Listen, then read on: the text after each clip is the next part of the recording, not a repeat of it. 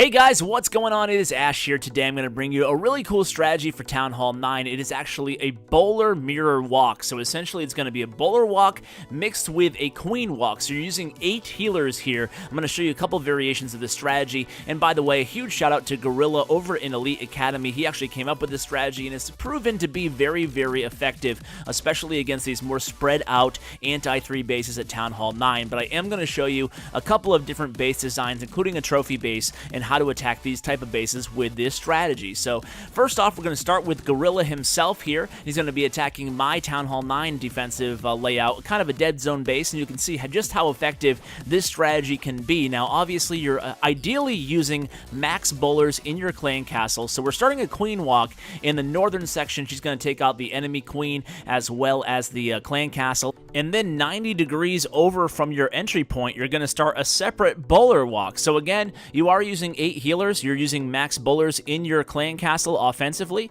and then you're going to go ahead and mix in Valkyries as part of your kill squad, along with wizards, or I've even tried using a P.E.K.K.A. One P.E.K.K.A. is very effective. It can help take down higher hit point units, obviously, and you can use either heal spells or rage spells, whatever you'd prefer. Against Town Hall 9, obviously, you'd prefer more often than not, you'd prefer heal spells, especially when you get to the core of the base and you're using Valkyries. However, it is nice to bring 2 rage spells as well, just in case you need them on either the bowler walk or the queen walk portion of the raid. So it really depends on the attacker, what they prefer, and the base you're trying to hit here. So I use 2 rage spells, and I'll show you that variation coming up shortly. But Gorilla here uses 1 heal and 1 rage. I think that's very effective as well. So definitely try both of the variations and see what you come up with. Now I should mention early on here that you do need a queen that's able to actually perform a queen walk. So I'd recommend as a minimum level of 10, and ideally closer to 15, so you can get that next bonus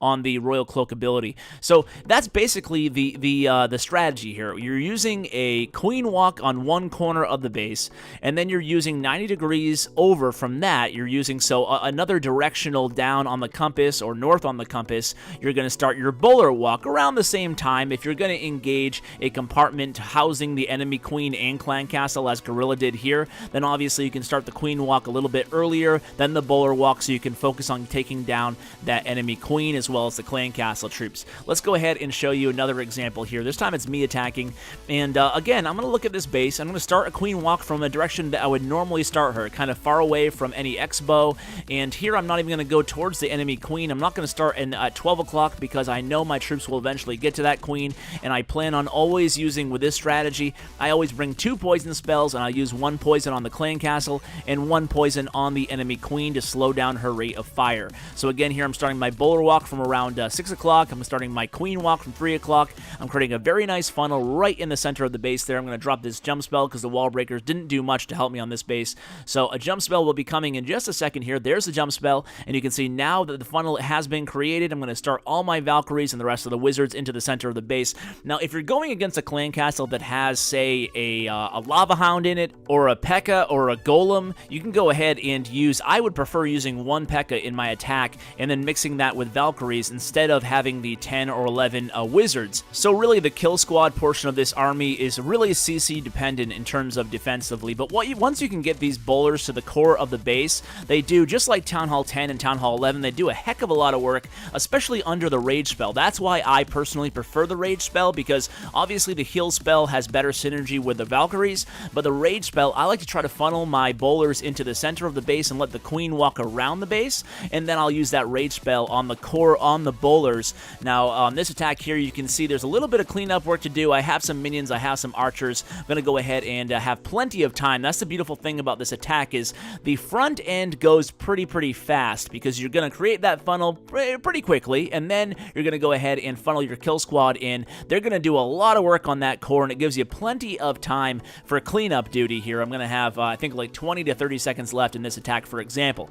So let's go ahead and move on to an attack using a little bit lower level heroes offensively. So this one is going to be by RJIII, and he's going to go against this base. It's kind of a strange but semi-popular base design, kind of a ring-type variation base for Town Hall 9, and you can see he's going to start his queen walk, and RJIII does something a little bit interesting here. He starts his queen walk and really lets her go for quite a while before starting the bowler portion of the attack. attack, and he actually, instead of pivoting 90 degrees on his bowler walk portion, he waits to see which direction his queen is going to head, just to confirm that she is indeed going to go south. So as soon as he figures that out, he uses a wizard to help take down that army camp, and as soon as she starts heading down south, he knows he's ready to drop the bowlers, and his idea here is going to be to funnel those bowlers south as well, but he's going to shift over 180 degrees, so the bowlers will be deployed at 9 o'clock on the map here in just a second here, and the bowlers are going to make their way south, and it's going to create a beautiful funnel for the rest of the troops.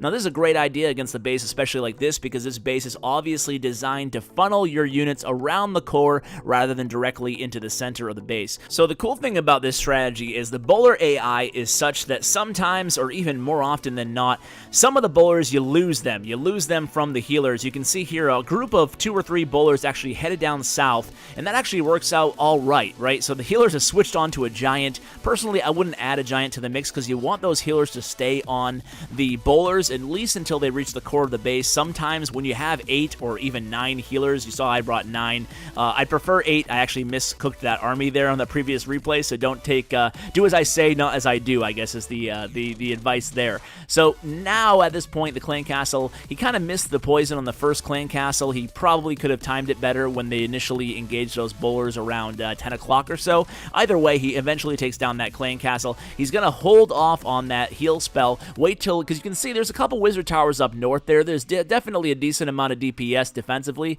so he's going to hold off on that heal spell. You can see all the healers are doing a great job at keeping the wizards and the DPS and the bowlers alive at this point. That's the beautiful thing, again, about having 8 healers in the raid, is that they'll often shift onto units, somewhat unpredictable, but at the same time, I do find it helpful in the last half of the raid during the cleanup portion to keep those units alive throughout the duration of the attack. So guys, that's going to do it for today's episode. I hope you enjoyed this new attack strategy. It's certainly fun to use bowlers in the clan castle as Town Hall 9, especially with the decreased troop cost, so you can actually do a viable bowler walk, and it's fun to do it along with the queen walk. So guys, thank you so much for watching, spending a little bit of your day with me. I truly appreciate it, and as always, take care, guys.